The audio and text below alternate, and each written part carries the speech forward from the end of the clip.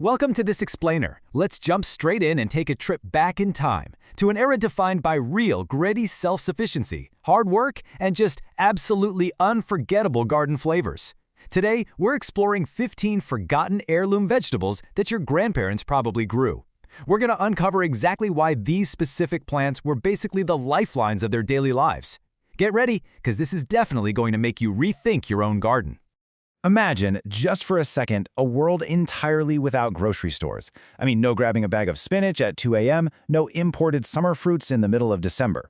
Back in the day, a family's garden wasn't just some casual, relaxing weekend hobby. It was their essential, literal, life-sustaining source of food. If you didn't grow it and you didn't preserve it, well, you simply didn't eat when the freezing weather set in. And that intense, undeniable reliance completely shaped the types of vegetables they decided to plant. Okay, let's dive into this. What makes an heirloom so special? Basically, heirlooms are traditional varieties that families literally saved and passed down from one generation to the next, almost like a precious family artifact. But they weren't saved because they looked pretty. They were prized for their exceptional flavor, their absolute reliability, and their survival durability. You see, our grandparents prioritized veggies that tasted amazing and wouldn't fail them in a drought or a frost, rather than produce that just looked picture perfect on a shelf. It's a massive shift from how we look at our food today, right? Modern supermarket produce is largely bred to survive a cross-country truck ride, produce a massive yield, and look totally uniform. But the catch? That usually means sacrificing taste. They end up tasting a bit like wet cardboard. But our grandparents' heirlooms? Yeah, they had rustic, sometimes totally weird and uneven shapes, but the trade-off was incredibly rich flavor. They dependably fed the family year after year and were specifically bred to be stored in damp root cellars for months. It's just a completely different philosophy of food. Section 1. Summer Sweets and Staples. Nourishment and Joy Straight from the Vine. Let's talk about the legendary Brandywine tomato. Gardeners have absolutely loved this classic heirloom for over a century now. But listen, you won't find those perfectly round, rock-hard tomatoes of today here. Brandywines have a much more rustic look, with these uneven shapes and colors, ranging from deep red to pink. But that uneven look, that's the exact trade-off you want. People didn't care about a perfect sphere. They cared that this tomato is juicy, sweet, and bursting with that unbeatable, classic fresh-off-the-vine flavor. It literally makes the absolute perfect summer sandwich. Next up, we have golden bantam corn, which is this beautiful, lasting reminder of warm summer days and big family dinners. Unlike the super sweet, highly engineered hybrid corns we eat today, golden bantam has a rich, creamy, and much more natural sweetness to it. Families back then obviously didn't have the luxury of buying fresh corn in November, so while they definitely boiled it fresh on the cob in the summer, this crop was a huge symbol of hard work. They spent hours and hours preserving that natural sweetness to carry their families through the freezing winter months. And there were plenty of other summer heroes rounding out the garden too. Take the Crenshaw melon. It brought this dependable, honey-like sweetness to summer picnics. Then you've got rhubarb, a tart perennial that was practically a symbol of pure resourcefulness. It reliably popped up every spring to be paired with sweet fruits for homemade pies and jams. Families also loved the snow pea mammoth melting purely for its simplicity. They'd harvest these early in the spring and eat the large, sweet, flat pods whole.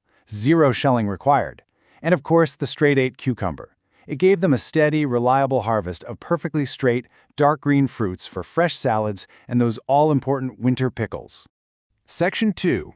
Built for Winter Survival. The root cellar heroes that fed families through the cold. Now, what's really interesting about this slide is the story of the root cellar. Without modern refrigerators or freezers, every single one of these crops was basically engineered for a family's winter survival. Take the Hubbard squash. Its incredibly thick skin meant this giant blue-green squash could literally sit in a damp root cellar for months without spoiling, giving them sweet, nutty nourishment in the dead of winter.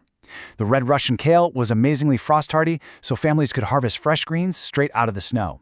And the cylindra beet is super clever. It grows in a long cylinder instead of a round sphere. Why? Because that made it perfectly uniform and infinitely easier for our grandparents to slice and pickle for the pantry. Add in the snowball cauliflower from the late 1800s and the deep purple red Wethersfield onion for vital year-round seasoning, and you basically have a complete, bulletproof cold weather survival kit. It completely reframes how we look at these foods today, doesn't it? Kale wasn't just some trendy health food back then. It was an absolutely vital source of nutrition during the winter when other vegetables were totally scarce. Pulling those tender, flat leaves of red Russian kale out from under the frost wasn't about making a trendy morning smoothie. It was literally about keeping the family healthy, nourished, and alive during the harshest times of the year. Section 3. Colorful and unique multitaskers, crops that brought beauty, rich history, and bold flavor. Now, just because our grandparents needed practical, hearty survival food doesn't mean they had to sacrifice beauty or fascinating culinary traditions. These unique crops actually pulled double duty in the garden. Scarlet runner beans weren't just food. They produced this stunning wall of vibrant red climbing flowers that brought life to the homestead and attracted vital pollinators. You'd eat the young pods fresh or dry the mature ones out for hearty winter stews. The dragon carrot completely threw visual uniformity out the window with its crazy, striking, deep purple skin and bright orange core. It brought a spicy, earthy flavor you just will not find in stores today. And the Perkins long pod, that was a slender green okra variety that became a symbol of resilience, thriving effortlessly in hot southern climates and staying consistently tender for frying or stews.